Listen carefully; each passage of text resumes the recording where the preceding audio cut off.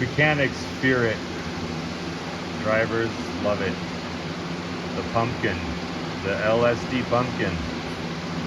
Well, if you're doing an LSD pumpkin on a 2001 to 2005 is300, odds are that one of these cap screws here are gonna wind up not coming out like they should. And it'd be a good idea for you just to replace all 12 of them so that the next guy or the next time you're working on it, no one has to get down and dirty.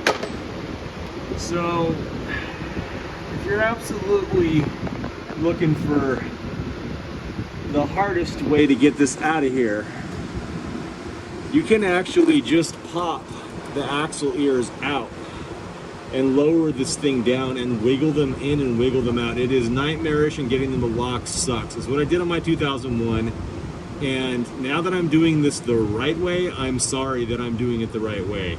I already have a diff that's full of fluid, or I would have given up. I have to go to the dealership tomorrow and special order a bunch of parts now, and I don't know when they're gonna come. I'm sure it'll be a few days. Luckily, this car can sit. But what happened on the passenger side, where the muffler is, the heat promoted accelerated corrosion, and these cap screws, the V8 Allen wrench did not hold its teeth well, and it bit through and tore out all the wall on about half of those, and then one on this side.